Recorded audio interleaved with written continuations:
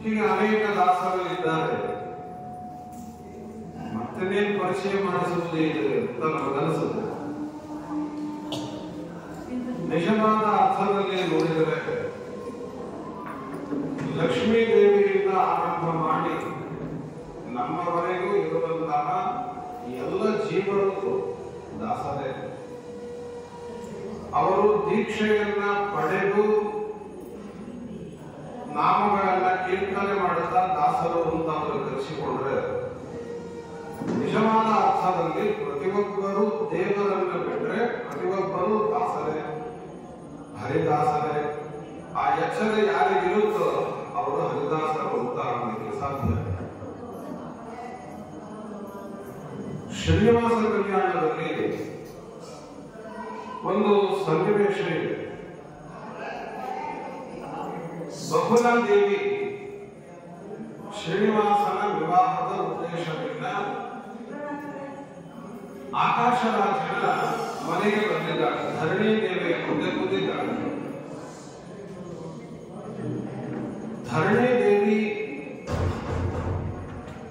ಆಕಾಶ ಮಹಾರಾಜ ಅವಳನ್ನು ಕೇಳ್ತಾರೆ, ನೀನು ಯಾರು? ಯಾಕಂದ್ರೆ ಮೊದಲ ಬಾರಿ ಭೇಟಿಯಾದದ್ದರಿಂದ ಅವರನ್ನ ಪರಿಚಯ ಮಾಡಿಕೊಳ್ಳುತ್ತಾರೆ. ನೀನು ಯಾರು ಅಂತ ಕೇಳ್ತಾರೆ.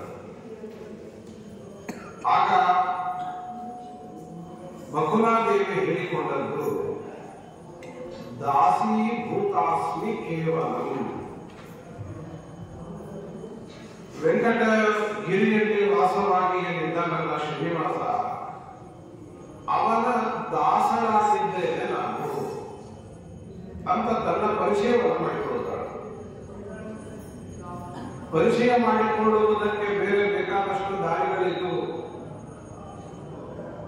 ಬಕುಲಾದೇವಿ ಹೇಳಿಕೊಳ್ಳಬಹುದಾಗಿತ್ತು. ಏನಂತ? ಶ್ರೀನಿವಾಸನಿಗೆ ನಾನೇ ನಿತ್ಯವೂ ಅಡಿಗೆ ಮಾಡಿ ಬಡಿಸುವುದು. ನಾನು ಅಡಿಗೆ ಮಾಡಲಿಲ್ಲ ಅಂದ್ರೆ ಶ್ರೀನಿವಾಸನಿಗೆ ಊಟವೇ ಇಲ್ಲ. ನನ್ನ ಅಡಿಗೆನೇ ಊಟ ಮಾಡಬೇಕು. ಇನ್ನು ಅನೇಕ ರೀತಿಯಲ್ಲಿ ಬಕುಲಾದೇವಿ ತನ್ನನ್ನ ತಾನು ಪರಿಚಯ ಮಾಡಿಕೊಳ್ಳುವುದಕ್ಕೆ ಅವಕಾಶ ಇತ್ತು. ಆದರೆ ಹಾಗೆ ಅವರು ಬಕುಲಾದೇವಿ ಪರಿಚಯ ಮಾಡಿಕೊಳ್ಳಲಿಲ್ಲ. ಯಾರಾದರೂ ನಮ್ಮನ್ನ ಪ್ರಶ್ನೆ ಮಾಡಿದಾಗ ನೀವು ಯಾರು, ನಿಮ್ಮ ಹೆಸರೇನು ಅಂತ ಕೇಳಿದರೆ ನಮ್ಮ ಹೆಸರು ಹೇಳಿ ಅಷ್ಟೇ ಮುಗಿಸೋದಿಲ್ಲ. ಇಲ್ಲದ್ದು ಇದ್ದದ್ದು ಎಲ್ಲ ಡಿಗ್ರಿಗಳನ್ನು ಸೇರಿಸಿ ನಮ್ಮ ಪರಿಚಯವನ್ನು ಮಾಡಿಕೊಡ್ತಾ ಇದ್ದಾರೆ. ಪ್ರಾಚೀನರು ದೇವರ ಸೇವಕರು ಅಂತನ್ನುವುದಾಗಿ ತಮ್ಮನ್ನ ಪರಿಚಯ ಮಾಡಿಕೊಳ್ಳುವುದರಲ್ಲಿ ಸಂತೋಷ ಪಡ್ತಾ ಇದ್ದರು, ತೃಪ್ತಿಯನ್ನು ಪಡೀತಾ ಇದ್ದರು. ಅದೇ ನಿಜವಾದ ದಾಸ್ಯ ಭಾವ. ಇನ್ನೊಂದು ಕಡೆಗೆ ಪ್ರಸಿದ್ಧವಾಗಿ ನಮಗೆಲ್ಲ ಗೊತ್ತಿರುವಂತೆ ರಾವಣ ಹನುಮಂತ ದೇವರನ್ನ ಪ್ರಶ್ನೆ ಕೇಳಿದ್ದ, ನೀನು ಯಾರು? ಆಗ ಹನುಮಂತ ದೇವರು ಹೇಳುವಾಗ ಬೇಕಾದಷ್ಟು ಹೇಳುವುದಾಗಿತ್ತು. ದಾಸೋಹಂ ಕೋಸಲೇಂದ್ರಸ್ಯ, ರಾಮಚಂದ್ರನ ದಾಸ ನಾನು ಅಂತ ತಮ್ಮನ್ನ ತಾವು ಪರಿಚಯವನ್ನು ಮಾಡಿಕೊಡ್ತಾರೆ. ದಾಸೋಹಂ ಕೋಸಲೇಂದ್ರಸ್ಯ, ಶ್ರೀರಾಮಚಂದ್ರನ ದಾಸ ನಾನು ಅಂತ ಹೇಳಿಕೊಡ್ತಾರೆ. ಹೇಳಬಹುದಾಗಿತ್ತು ಹನುಮಂತ ದೇವರು, ನಾನೇ ಸಮುದ್ರ ಹಾರಿ ಬಂದದಪ್ಪ, ಏನಂತ ತಿಳ್ಕೊಂಡಿದ್ದೆ ನನ್ನನ್ನ. ಆ ಎಲ್ಲ ಸರ್ಪಗಳನ್ನ ಹೊಡೆದು ಸೋಲಿಸಿ ಸಂಹಾರ ಮಾಡಿ ಅಕ್ಷಕುಮಾರಾದಿಗಳನ್ನ ಸಂಹರಿಸಿದ 1/3 ನಿನ್ನ ಸೈನ್ಯವನ್ನ ನಾಶ ಮಾಡಿದವ ನಾನು ಮಹಾಪರಾಕ್ರಮಿ ಅಂತ ಹೇಳಿಕೊಳ್ಳಬಹುದಾಗಿತ್ತು ಹನುಮಂತ ದೇವರು. ಅದಕ್ಕೆ ಇಷ್ಟಪಡಲಿಲ್ಲ ಅವರು ಹೇಳಿಕೊಂಡದ್ದು, ನಾನು ರಾಮಚಂದ್ರನ ದಾಸನಿದ್ದೇನೆ. ಅಂದ್ರೆ ದಾಸ್ಯ ಭಾವದಲ್ಲಿ ಅದೊಂದು ವಿಶಿಷ್ಟವಾದ ಆನಂದ ಇದೆ.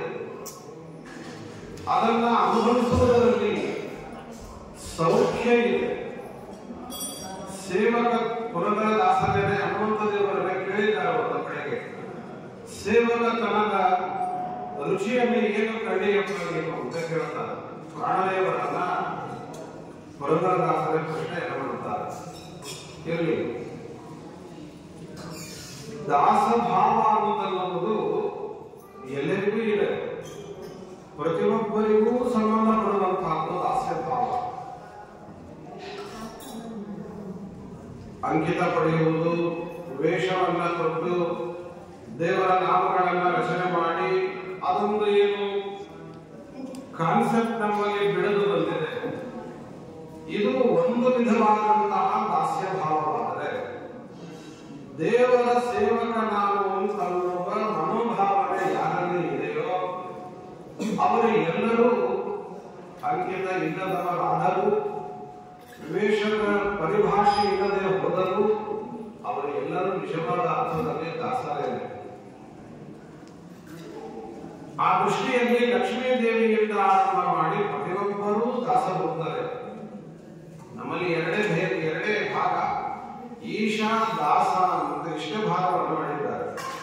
ಇವರು ಆಚಾರ್ಯರು, ಇವರು ದಾಸರು, ಇವರು ಗೃಹಸ್ಥರು, ಇದನ್ನು ಶಾಸ್ತ್ರ ಮಾಡಲಿಲ್ಲ. ಈಶಾ ದಾಸ ಅನ್ನುವ ಎರಡೇ ಭಾಗವನ್ನ ಶಾಸ್ತ್ರ ಮಾಡಿ ಕೊಟ್ಟಿದೆ. ಯಾರು ತಿಳಿಯುತ್ತಾರೆ ನಿಜವಾದ ಅರ್ಥದಲ್ಲಿ ನಾವು ದಾಸರು ಅನ್ನುವ ಭಾವನೆ ಪುರಂದರ ದಾಸಾದಿಗಳಲ್ಲಿ ಬಂತು ಅನ್ನುವುದಕ್ಕಾಗಿ ಅವರನ್ನು ಹರಿದಾಸರು ಅಂತ ಕರೆಯುವಂತದ್ದು. ಹರಿದಾಸರ ದೃಷ್ಟಿಯಲ್ಲಿ ನಾವು ವಿಚಾರವನ್ನು ಮಾಡಿದರೆ, ಅಂದರೆ ಪುರಂದರ ದಾಸರು, ವಿಜಯದಾಸರು, ಗೋಪಾಲದಾಸರು, ಜಗನ್ನಾಥದಾಸರು, ಈ ಎಲ್ಲ ಮಹನೀಯರಿಂದ ನಮಗೆ ಆದ ಉಪಕಾರ, ಜಗತ್ತಿಗೆ ಆದ ಉಪಕಾರ ಬಹಳ ದೊಡ್ಡದಿದೆ, ಬಹಳ ದೊಡ್ಡದಿದೆ. ಪುರಂದರದಾಸರ ಚರಿತ್ರೆಯಲ್ಲಿ ಹೇಳುವ ಮಾತನ್ನು ಕೇಳ್ತೇವೆ. ಮನೆ ಮನೆಗೆ ಹೋಗಿ, ಬೀದಿ ಬೀದಿಗೆ ಹೋಗಿ ದೇವರ ನಾಮಗಳನ್ನ ಹಾಡಿ ಆ ಮನೆಯಲ್ಲಿ ಇರುವ ಜನರಿಗೆ ತಮ್ಮ ದರ್ಶನವನ್ನ ಕೊಟ್ಟು ಭಗವದ್ ಭಕ್ತಿಯನ್ನ ಬೆಳೆಸುವ ಕಾರ್ಯವನ್ನ ನಿರ್ವ್ಯಾಜವಾಗಿ ಮಾಡಿದ್ದಾರೆ.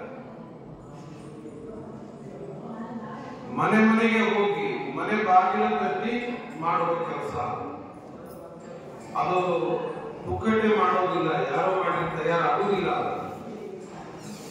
ಇವತ್ತು ಯಾರಾದ್ರೂ ಬನ್ನಿ, ನಾಳೆಯಿಂದ ಮನೆ ಮನೆಗೆ ಹೋಗೋಣ, ಎಲ್ಲರ ಮನೆ ಮುಂದೆ ನಿಂತು ದೇವರ ನಾಮ ಆಡೋಣ, ದೇವರ ಭಕ್ತಿಯನ್ನು ಹುಟ್ಟು ಹಾಕೋಣ, ಯಾರು ಬರ್ತೀರಿ ಅಂತ ಯಾರಾದ್ರೂ ಕೇಳಿದರೆ, ಆಶ್ಚರ್ಯ ಬೇಕಿದ್ರೆ ನೀವು ಹೋಗಿ ಬನ್ನಿ, ನಮ್ಗೆ ತುಂಬಾ ಕೆಲಸ ಇದೆ. ಮಠದಲ್ಲೇ ಯಾಯವಾರ ಮಾಡೋದಾದ್ರೆ ಪರವಾಗಿಲ್ಲ ಅಂತ ಒಬ್ಬರ ಮೇಲೆ ಒಬ್ಬರು ಹಾಕಿ ಮುಂದೆ ಪ್ರಸಾದಕ್ಕೆ ಹೋಗ್ತೇವೆ. ಆದರೆ ಪುರಂದರದಾಸರು ಯಾವತ್ತೋ ಆರಾಧನೆ ಒಂದು ದಿವಸ ಯಾಯವಾರ ಮಾಡಿದವರಲ್ಲ. ಆ ಯಾಯವಾರವನ್ನ ನಿಮಿತ್ತ ಮಾಡಿಕೊಂಡು ಮನೆ ಮನೆಗೆ ಹೋಗಿ ಭಕ್ತಿ ಬೀಜವನ್ನು ಬಿತ್ತುವ ಕಾರ್ಯವನ್ನ ಮಾಡಿದ ಮಹನೀಯರು. ಆ ಕೆಲಸ ಮಾಡಬೇಕಾದರೆ ಮನುಷ್ಯನಲ್ಲಿ ಮೊದಲು ಅಭಿಮಾನ ತ್ಯಾಗ ಮಾಡಬೇಕು. ನಾನು ದೊಡ್ಡವ, ಮಹಾವಿದ್ವಾಂಸ, 100 ಜನಕ್ಕೆ ನನ್ನಿಂದ ಉಪಕಾರ ಇದೆ, ಏನೇನಿದೆಯೋ ಇದೆಯೋ ಇಲ್ಲವೋ ಅದು ಎಲ್ಲವನ್ನು ಮೊದಲು ಪಕ್ಕಕ್ಕೆ ಸರಿಸಬೇಕದು. ಪಕ್ಕ ಸರಿಸಿದರೆ ಆ ಮನೆ ಮುಂದೆ ಹೋಗಿ ಭಕ್ತಿ ಬೀಜವನ್ನು ಬಿತ್ತುವ ಕಾರ್ಯವನ್ನು ಮಾಡುವುದಕ್ಕೆ ಸಾಧ್ಯ. ಇಂತಹ ಮಹಾನ್ ಕಾರ್ಯವನ್ನ ನಿರಭಿಮಾನಿಗಳಾಗಿ ಮಾಡಿದ್ದಾರೆ ಪುರಂದರ ದಾಸರಾದಿಯಾಗಿ ಎಲ್ಲ ಮಹನೀಯರು, ದಾಸಶ್ರೇಷ್ಠರು.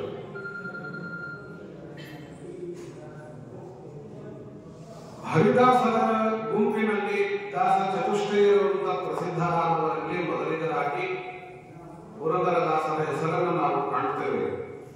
ಪುರಂದರ ದಾಸರ ಹಿರಿಮೆ ಏನು ಅಂದರೆ, ಗುರುಗಳಿಂದ ಕೊಂಡಾಡಿಸಿಕೊಂಡಂತಹ ವ್ಯಕ್ತಿತ್ವ. ಸಾಮಾನ್ಯವಾಗಿ ಶಿಷ್ಯರು ಗುರುಗಳನ್ನ ಸ್ತೋತ್ರವನ್ನ ಮಾಡುತ್ತಾರೆ, ಗುರುಗಳನ್ನ ಕೊಂಡಾಡುತ್ತಾರೆ. ಇಂತಹ ಮಹಾನ್ ವ್ಯಕ್ತಿತ್ವವನ್ನ ಪಡೆದವರು ಅನ್ನುವುದಾಗಿ ಶಿಷ್ಯ ಗುರುಗಳನ್ನ ಹೊಗಳುವುದನ್ನ ನಾವು ಕೇಳಿದ್ದೇವೆ. ಶ್ಲೋಕ ಮಾಡಿ ಗುರುಗಳನ್ನ ಕೊಂಡಾಡುವುದನ್ನ ನೋಡಿದ್ದೇವೆ, ಕೃತಿಗಳನ್ನ ಮಾಡಿ ಗುರುಗಳನ್ನ ಸ್ತುತಿಸುವುದನ್ನ ನೋಡುತ್ತೇವೆ. ಆದರೆ ಪುರಂದರದಾಸರ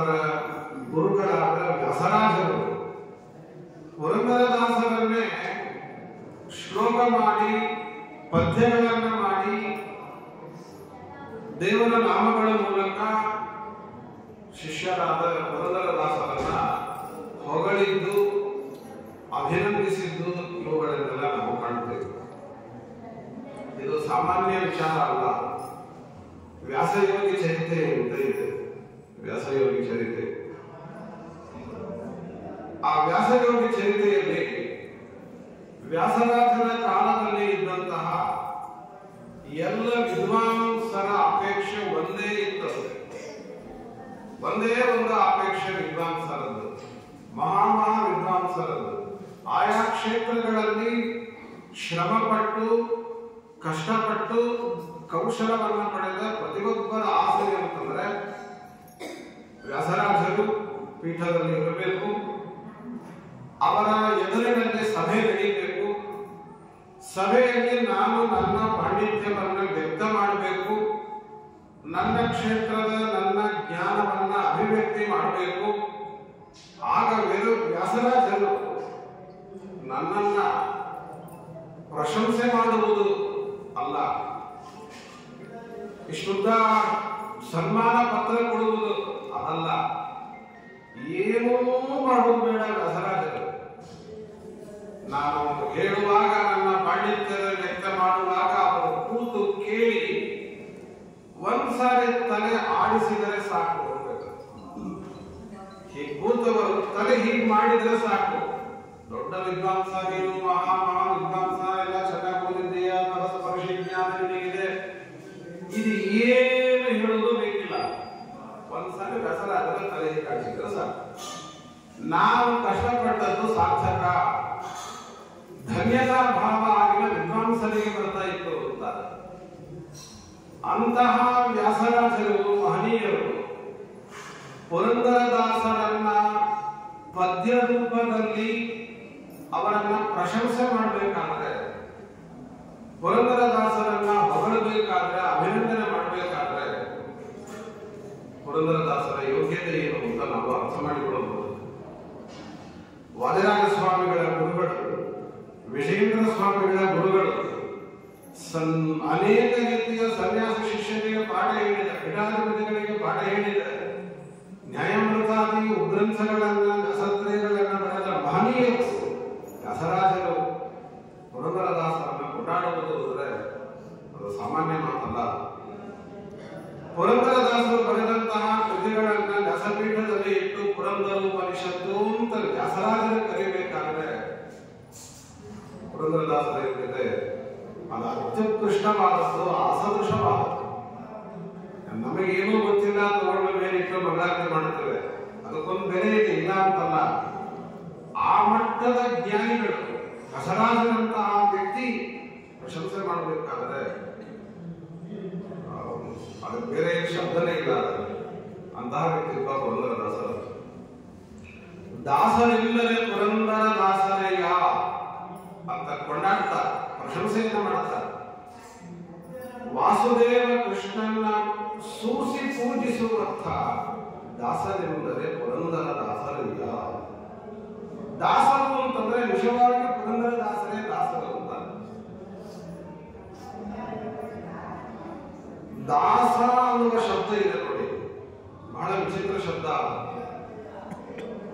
ದಾಸರು ಅಂದ್ರೆ ಯಾರಿಗೆ ಕರಿಬೇಕು, ಅದಕ್ಕೆ ವ್ಯಾಖ್ಯಾನವನ್ನು ಭಾಗವತ ಮಾಡಿದೆ.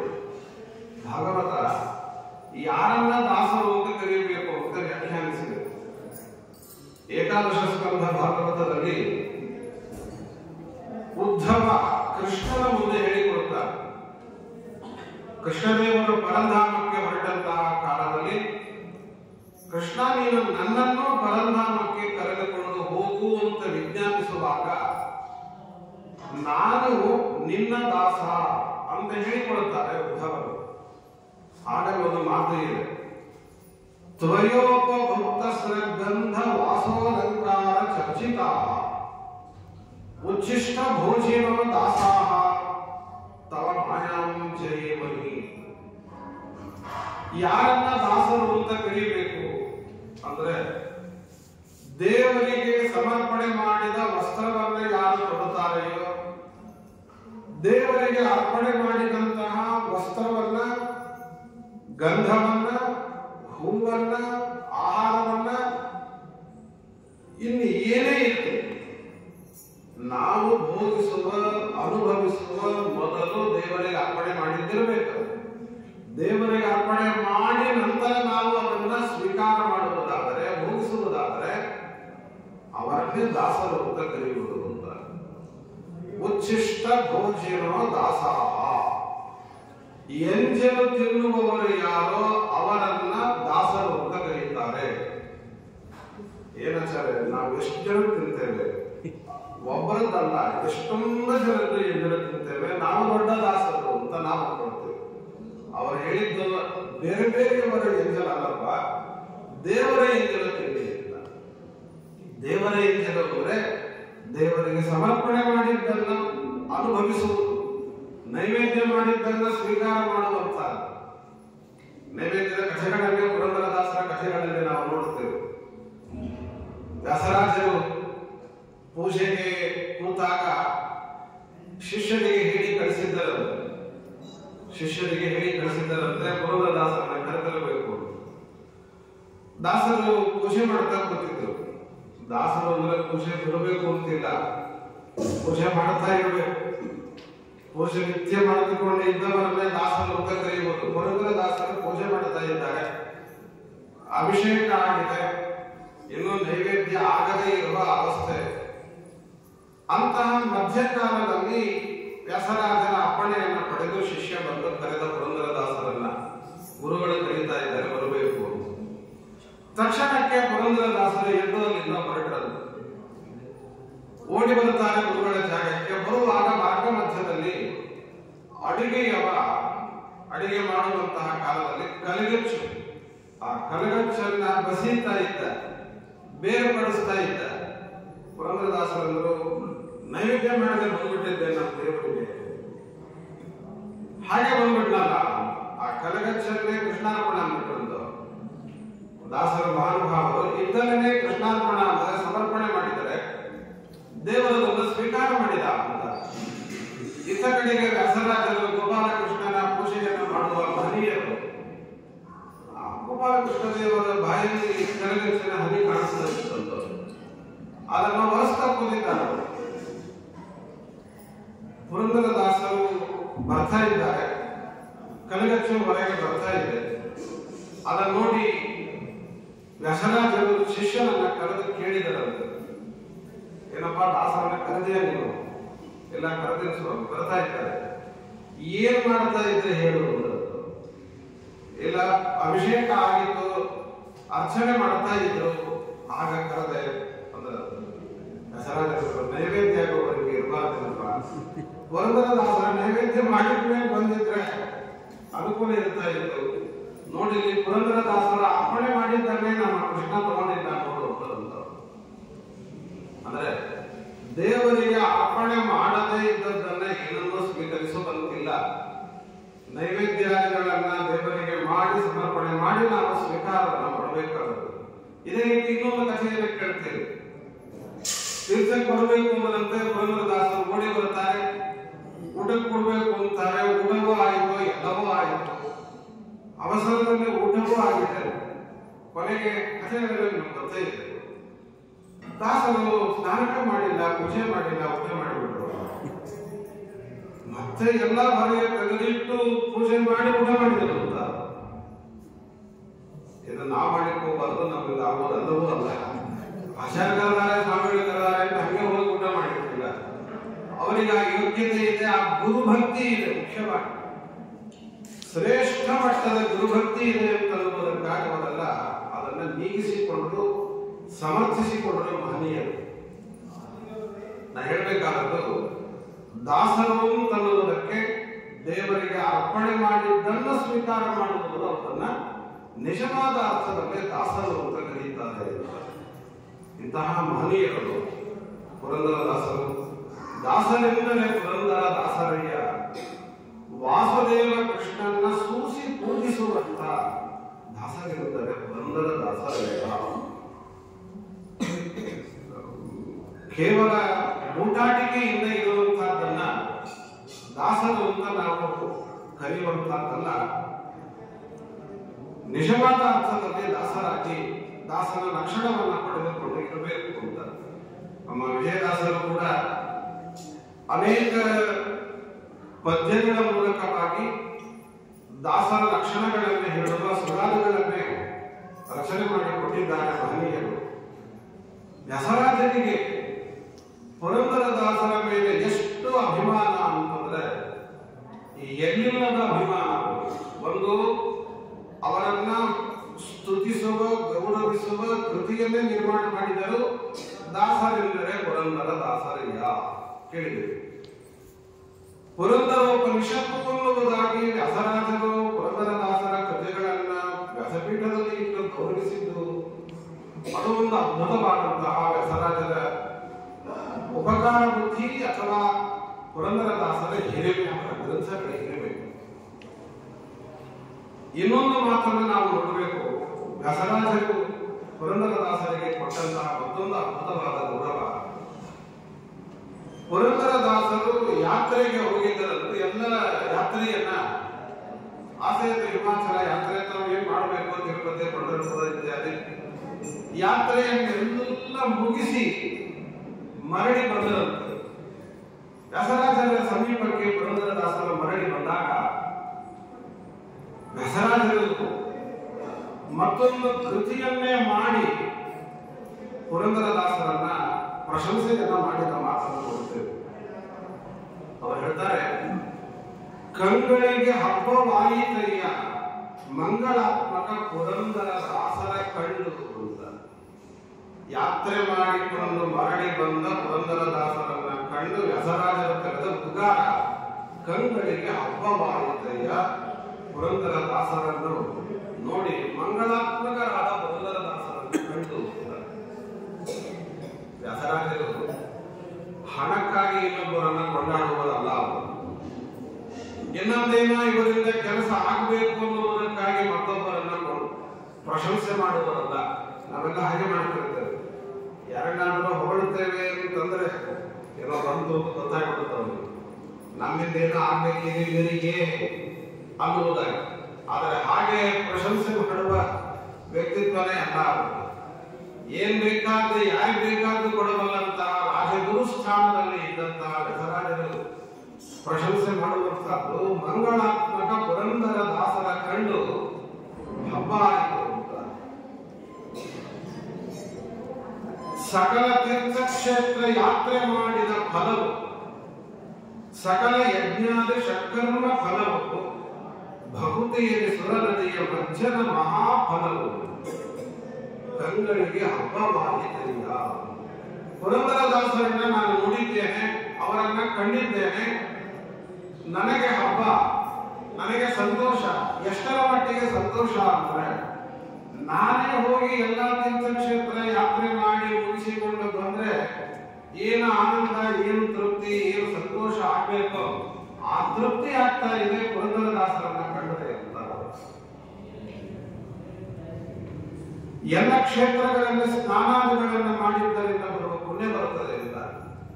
ನಾವು ಯಾತ್ರೆ ಮಾಡುವುದು ಇದು ಒಂದು ಬೇರೆ, ಯಾತ್ರಿಕರನ್ನ ಯಾತ್ರೆ ಮಾಡಿ ಬಂದವರನ್ನ ಗೌರವಿಸುವುದು ಕೂಡ ಪುಣ್ಯಕ್ಕೆ ಸಾಧನ. ಅವರಿಗೆ ನಮಸ್ಕಾರ ಮಾಡುವುದರಿಂದ ಪುಣ್ಯ ಬರುತ್ತದೆ ಅಂತ, ಗೌರವಿಸುವುದರಿಂದ ಪುಣ್ಯ ಇದೆ. ಬಹಳಷ್ಟು ಪದ್ಯಗಳಲ್ಲಿ ಹೇಳ್ತಾರೆ, ಇವರ ಇಂತಹ ಮಾತು, ಇವರ ನರರೆಂದವರು ಗೌರವಾದ ನರಕ ಸವಿದು ಭುಂಜಿಪರು ಸಂಶಯವಿಲ್ಲವು ಅಂತ. ವ್ಯಾಸರಾಜರು ಹೇಳುವುದು, ಪುರಂದರದಾಸರನ್ನ ಯಾರಾದರೂ ಸಾಮಾನ್ಯ ಮನುಷ್ಯ ಅಂತ ನಮ್ಮಂತೆ ಅಂತ ಯಾರಾದರೂ ಬರೆದರೆ ತಿಳಿದರೆ ನಿಶ್ಚಿತವಾಗಿ ಅವರಿಗೆ ನರಕವು ಅಂತ ಸಂಶಯನೇ ಪಡಬೇಡಿ ಇಲ್ಲ. ಅಂತಹ ಉತ್ಕೃಷ್ಟ ಸ್ಥಾನ ಪುರಂದರದಾಸರದ್ದು ಪ್ರಶಂಸೆಯನ್ನ ಮಾಡ್ತಾರೆ. ಎಷ್ಟರ ಮಟ್ಟಿಗೆ ಹೋಗ್ತಾರೆ ಅಂದ್ರೆ, ಧನ್ಯನಾದಿನ ನಾನು ಮನುಜ ದೇಹಕ್ಕೆ ಬಂದ ಮಾನ್ಯನಾದಿನ ನಾನು ಸದ್ಭಕ್ತಿ ಪದವಿಡಿದು ಸನ್ನುತಿಸಿ ಮನದ ನಮಸ್ಕರಿಸಿ ಬೋಧಿಸಿ. ಪುರಂದರದಾಸರನ್ನ ನೋಡಿ ನನಗೆ ಬಹಳ ತೃಪ್ತಿ ಆಯಿತು ಮಾತನಾಡ್ತಾರೆ. ಶಿವಗೆ ಆಶ್ಚರ್ಯಕರವಾಗುವಂತಹ ಮಾತು. ಪುರಂದರದಾಸರ ಬಗ್ಗೆ ನಮ್ಮ ವ್ಯಾಸರಾಜರು ಆಡುವಂತಹ ಮಾತುಗಳು. ಪುರಂದರದಾಸರಾಗಲಿ, ವ್ಯಾಸರಾಜರಾಗಲಿ, ಇನ್ನಿತರ ಎಲ್ಲ ಮಹನೀಯರು ಯಾವತ್ತೂ ಈ ಅಭಿಮಾನಕ್ಕಾಗಲಿ, ಹೊರಗಿನ ಗೂಟಾಟಿಕೆಗಾಗಲಿ, ತೋರಿಕೆಗಾಗಲಿ, ತೋರಿಕೆಯ ಧರ್ಮ ಅಂತಾಗಲಿ, ಇದನ್ನ ಎಂದೂ ನಮ್ಮದೇ ಇರುವಂತಹ ವ್ಯಕ್ತಿಗಳು ಮಹಾನುಭಾವರು ಪುರಂದರದಾಸರು, ವ್ಯಾಸರಾಜರು ಕೂಡ ಯದಕ್ಷಾನಾಮ ಸಂತುಷ್ಟ ದ್ವಂದ್ವಾತೀತೋ ವಿಮತ್ಸರ ಅನ್ನುವ ಶಾಸ್ತ್ರದ ಮಾತಿಗೆ ನಿದರ್ಶನಗಳು. ಯಾವಾಗ ಎಷ್ಟು ಇರುತ್ತೋ ಅಷ್ಟರಿಂದ ತೃಪ್ತಿ ಪಡುವುದು ಅಂತ ಶಾಸ್ತ್ರದಲ್ಲಿ ಅನೇಕ ಮಾತುಗಳಿವೆ. ನಾಳೆಗೆ ಅಂತ ಯೋಚನೆ ಮಾಡಲಿಕ್ಕಿಲ್ಲ. ಇವತ್ತಿಗೇನಿದೆ ಇಷ್ಟದಿಂದಲೇ ಜೀವನ ಮಾಡೋಣ ಅಂತ. ನಾಳೆಗೆ ಸಂಪಾದನೆ ಮಾಡಿರೋಣ, ನಾಡಿದ್ದಿಗೆ ಸಂಪಾದನೆ ಮಾಡೋಣ, ಮುಂದಿನ ವರ್ಷಕ್ಕೆ 60 ವರ್ಷ ಆದ್ಮೇಲೆ ರಿಟೈರ್ಡ್ ಲೈಫ್ ಬೇಕು, ನಮ್ಮ ಜೀವನ ಆಯ್ತು, ನಮ್ಮ ಮಕ್ಕಳ ಬದುಕು, ನಮ್ಮ ಮೊಮ್ಮಕ್ಕಳ ಬದುಕು, ಅಲ್ಲಿವರೆಗೆ ಯೋಚನೆ ಮಾಡ್ತೇವೆ ನಾವು. ಪುರಂದರದಾಸರಂದ್ರು ನಾಳೆಗೆ ಇವತ್ತು ದೇವರು ನಮ್ಮನ್ನ ರಕ್ಷಣೆ ಮಾಡ್ತಾನೆ ಮೇಲೆ ನಾಳೆನೂ ನಮ್ಮನ್ನ ರಕ್ಷಣೆ ಮಾಡ್ತಾರೆ. ನಾಳೆಗೆ ಸಲ್ಲ ಮಾಡಿರುವುದಿದೆ. ಅಸಂಗ್ರಹ ವೃತ್ತಿ ಇವತ್ತು ಏನಿದೆ ಅಷ್ಟು ಏನಿದೆ ಎಲ್ಲದನ್ನೂ ಧಾರಣೆಗೂ ಮತ್ತೊಬ್ಬರಿಗೆ ಕೊಟ್ಟು ಬಿಡು, ಮುಖಕ್ಕೆ ಹಾಕುವಂತ ಅಂತಹ ಮಹನೀಯರು ನಾಳೆಗೆ ಇಟ್ಟುಕೊಂಡವರೇ ಅಲ್ಲ. ಮನೆಗೆ ಹೋಗಿ ಭಿಕ್ಷೆ ಬೇಡುವಂತೆ, ಯಾಯವಾರ ಮಾಡುವಂತೆ ಹೋದರೆ ನಿತ್ಯ ಸಾಕಷ್ಟು ಸಂಗ್ರಹ ಆಗುವುದು. ಅದನ್ನು ಎಲ್ಲರಿಗೂ ಅನ್ನದಾನ ಮಾಡಿ ಕೃತಾರ್ಥರಾಗುವಂತಹ ಜೀವನವನ್ನು ಮಾಡಿದವರು ಮಹನೀಯರು. ಇದನ್ನ ಹೇಳುವುದು ಬಹಳ ಸುಲಭ. ಯಲವಾರಿಯರು ಮಾಡ್ತಾ ಇದ್ರು, ದ್ರೋಣಾಚಾರ್ಯರು ಮಾಡ್ತಾ ಇದ್ರು, ದಾನವೇ ಸ್ವೀಕಾರ ಮಾಡ್ತಿರಲಿಲ್ಲ ದ್ರೋಣಾಚಾರ್ಯ. ಪ್ರತಿಗ್ರಹೋಜ್ಜ ಅಂತ ಯಾರೇನು ದಾನ ಕೊಟ್ಟರು ಬೇಡ, ನಂದಲ್ಲ ಇದು ಬೇಡ ಅಂತ ತಗೊಳ್ತಲೇ ಇರಲಿಲ್ಲ ಅಂತ. ಇವರು ಕೊಟ್ಟದ್ದನ್ನ ಅವತ್ತಿಗಷ್ಟೇ, ನಾಳೆಗೆ ಇಡ್ತಾ ಇರಲಿಲ್ಲ ಅಂತ. ಸಾಯಂಕಾಲ ಶಸ್ತ್ರ ನಮ್ಮ ನಾಳೆಗೆ ನಾಡಿದ್ದಿಗೆ ಇಲ್ಲ ಇಲ್ಲ ಏನು ಅಂತ ಕೊಟ್ಬಿಡೋದು. ಕೃಷ್ಣದೇವರಾಯನ ಮುಂದೆ ನಿಂತು ಗಾನ ಮಾಡಿದರೆ, ದೇವರ ನಾಮವನ್ನು ಹಾಡಿದರೆ, ಯಾಯವಾರಕ್ಕೆ ಅಂತ ಹೋದರೆ ಏನಿತ್ತೋ ಮುತ್ತು ರತ್ನ ತಂದು ಅವನ ಜೋಳಿಗೆಯಲ್ಲಿ, ದಾಸರಿಗೆ ಜೋಳಿಗೆಯಲ್ಲಿ ಹಾಕಿದರೆ ಮುತ್ತು ರತ್ನವನ್ನ ಪಕ್ಕಕ್ಕೆ ಸರಿಸಿ ಅಕ್ಕಿ ಬೇಳೆಗೆ ನಿಂತು ಅಷ್ಟು ತರಲು ಇದ್ದ ಜನರಿಗೆ ಅದನ್ನ ಸಮರ್ಪಣೆ ಮಾಡಿ, ನೈವೇದ್ಯ ಮಾಡಿ, ಕೃಷ್ಣಾರ್ಪಣೆ ಹೇಳಿ ಅನ್ನದಾನವನ್ನು ಮಾಡಿದರು. ನಾಳೆಗೆ ಅಂತ ಮತ್ತೆ ಇರಲಿಲ್ಲ ಅಂತ. ಆ ಕೃಷ್ಣದೇವರಾಯನ ಆಲೋಚನೆ, ಇನ್ನು ಎಂದೂ ದಾಸರು ಭಿಕ್ಷೆ ಬಿಡಿರಬಾರದು, ಯಾಯವಾರಕ್ಕೆ ಹೋಗಿರಬಾರದು. ಅದಕ್ಕೂ ಇದಕ್ಕೂ ಸಂಬಂಧವೇ ಇಲ್ಲ, ಅಪೇಕ್ಷೆ ಪಡಲಿಲ್ಲ, ಏನನ್ನೂ ಇಷ್ಟಪಡಲಿಲ್ಲ. ಎಲ್ಲ ತ್ಯಾಗವನ್ನು ಮಾಡಿದಂತಹ ಮಹನೀಯರು ಎಲ್ಲ ಬಿಟ್ಟು ದೇವರ ಅನುಗ್ರಹದಿಂದ ಸರ್ವಸ್ವವನ್ನ ದಾನ ಮಾಡಿ, ಸರ್ವಸ್ವ ದಾನ ಮಾಡಿದಂತ ವ್ಯಕ್ತಿತ್ವ ಅವರದ್ದು. ಏನು ನವಕೋಟೆ ನಾರಾಯಣ ಅಂತ ಪ್ರಸಿದ್ಧರಾದಂತಹ ನಾಯಕರು ಏನಿತ್ತೋ ಎಲ್ಲ ದಾನ ಮಾಡು. ಕಲ್ಪನಾತೀತ ನಮಗಿಲ್ಲ. 10 ರೂಪಾಯಿ ಕೊಡುವಾಗ 20 ಬಾರಿ ಯೋಚನೆ ಮಾಡಿರ್ತಾರೆ. ಕೊಟ್ಟರೆ ಹೇಗೆ, ಬಿಟ್ಟರೆ ಹೇಗೆ, 5 ಕೊಟ್ಟರೆ ನಡೆಯಲ್ವಾ, 10 ಕೊಡಬೇಕಾ ಅಂಥ ಕಾಲದಲ್ಲಿ ಸರ್ವಸ್ವವನ್ನು ದಾನ ಮಾಡಿದ್ದ ಹೊರಟಂತಹ ವ್ಯಕ್ತಿ. ಎಲ್ಲ ದಾನ ಮಾಡಿ ಹೊರಟಾಗ ಮಾರ್ಗ ಮಧ್ಯದಲ್ಲಿ ಹೆಂಡತಿ ಭಯ ಪಡುತ್ತಿದ್ದಂತೆ. ಯಾರ ಕಳ್ಳರು ಬಂದ್ರೆ ಏನೋ ಹಾಗೆ ಹೀಗೆ ಯೋಚನೆ ಮಾಡ್ತಿದ್ರು. ಯಾಕೆ ಏನ್ ಭಯ ಪಡುತ್ತೆ, ಏನಿದೆ ನಮ್ಮ ಹತ್ರ, ಏನಿಲ್ಲ, ಎಲ್ಲ ಕೊಟ್ಬಿಟ್ಟು ಕಳ್ಳರ ಭಯ ಯಾವಾಗ ಅಂದ್ರೆ ಏನಾದ್ರೂ ನಮ್ಮ ಹತ್ರ ಇದ್ರೆ ಅಪಾರ ಮಾಡ್ತಾರೆ. ಏನಿಲ್ಲ, ಯಾಕೆ ಭಯ ಪಡುತ್ತೆ?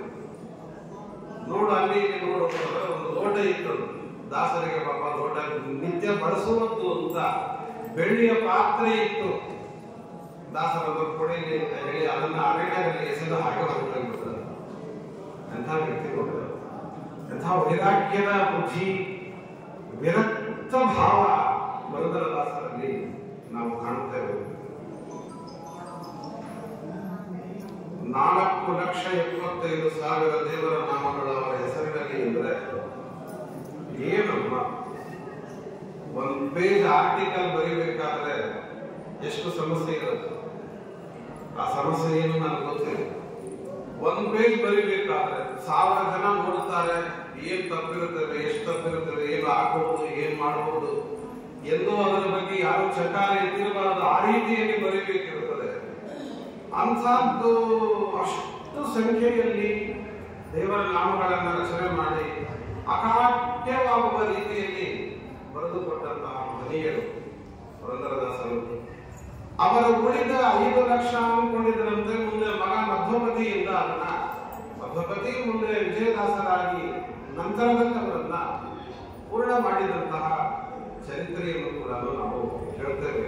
ಮಧ್ವಪತಿ ಅಂತ ನೆನಪಾಗಿದ್ದಕ್ಕೆ ಪುರಂದರದಾಸರು ಎಲ್ಲೋ ಒಂದು ಕಡೆಗೆ ಕೆಲಸಕ್ಕೆ ಹೋಗಿದ್ದಾರೆ, ಬೇರೆ ಒಂದು ಕಡೆಗೆ ಹೋಗಿದ್ದಾರೆ. ಮಗನಿಗೆ ಮಧ್ವಪತಿಗೆ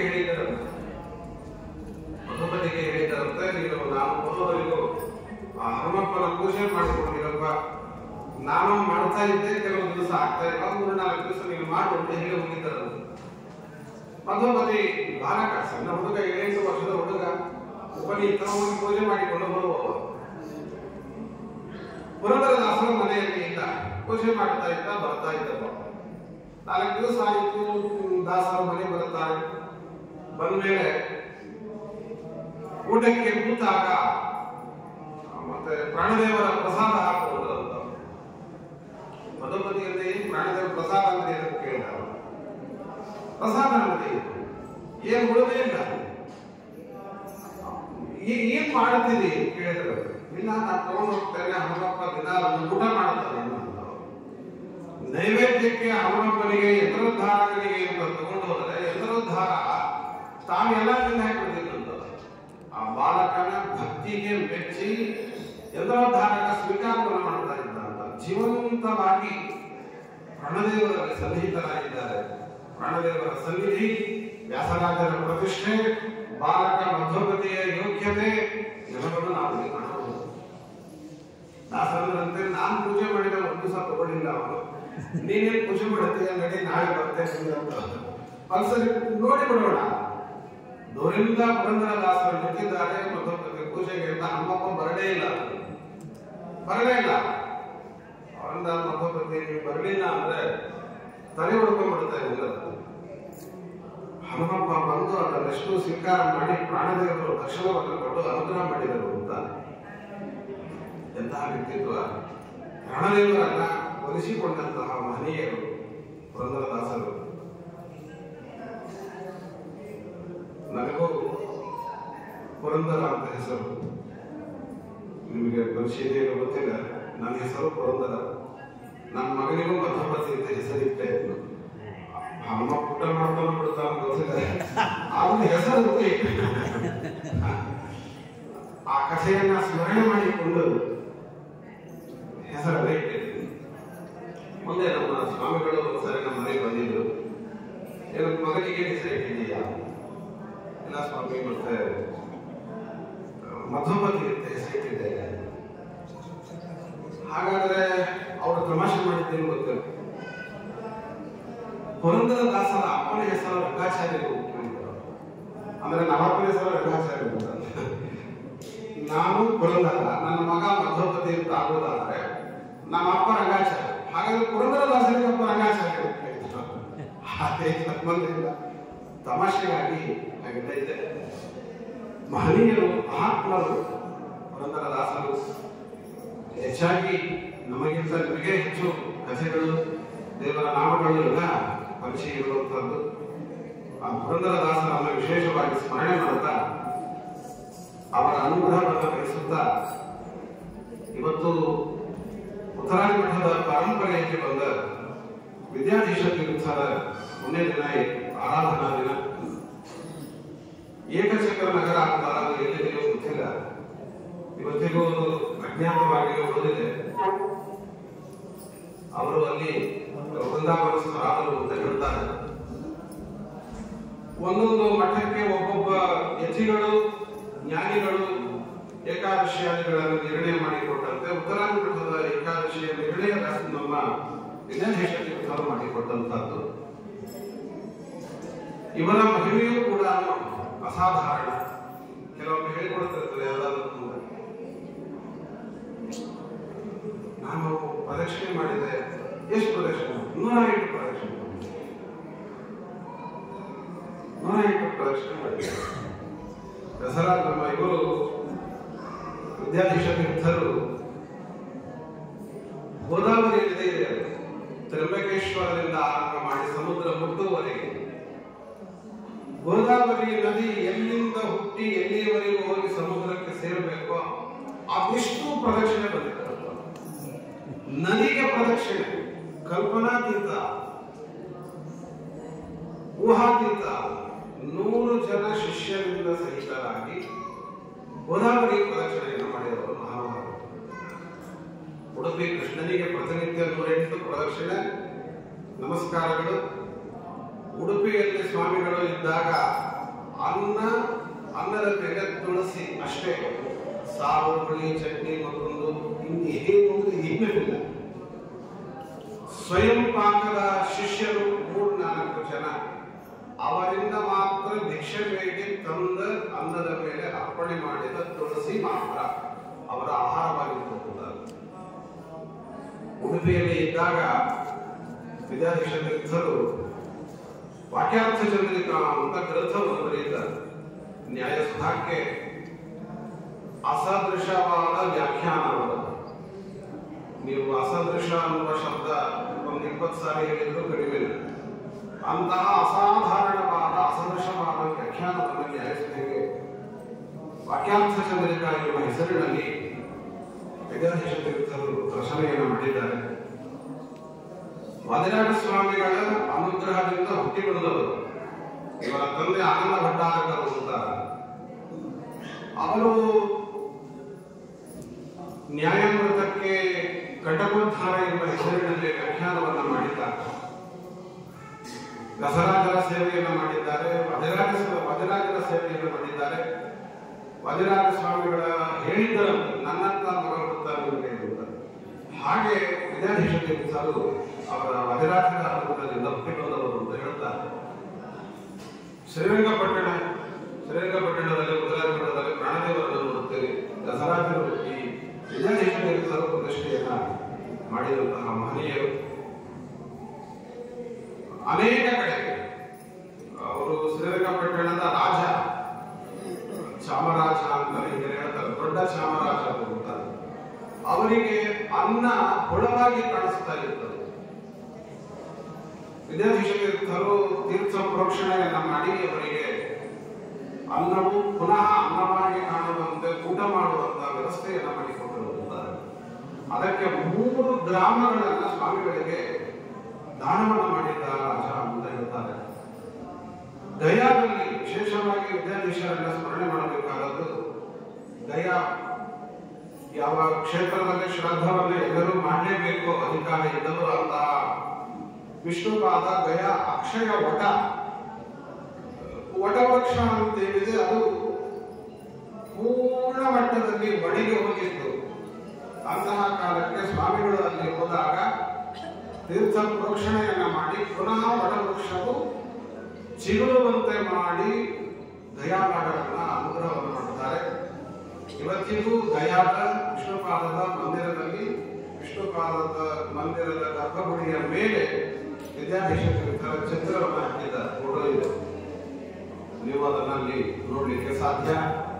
ಅವತ್ತಿನಿಂದ ಇವತ್ತಿನವರೆಗೂ ಮಧ್ಯಾಹ್ನ 1 ಗಂಟೆ, ಅರ್ಧ ಗಂಟೆ, 1 ಗಂಟೆ ಇರಬಹುದು, ಪೂಜೆಗೆ ಅವಕಾಶವನ್ನು ಮಾಡಿಕೊಟ್ಟಿದ್ದಾರೆ. ಎಂತಹ ಗದ್ದಲ, ಎಂತಹ ಗಲಾಟೆ, ಎಂತಹ ಜನ, ಲಕ್ಷಾಂತರ ಜನ, ಕೋಟಿ ಜನ ಇದ್ದರು.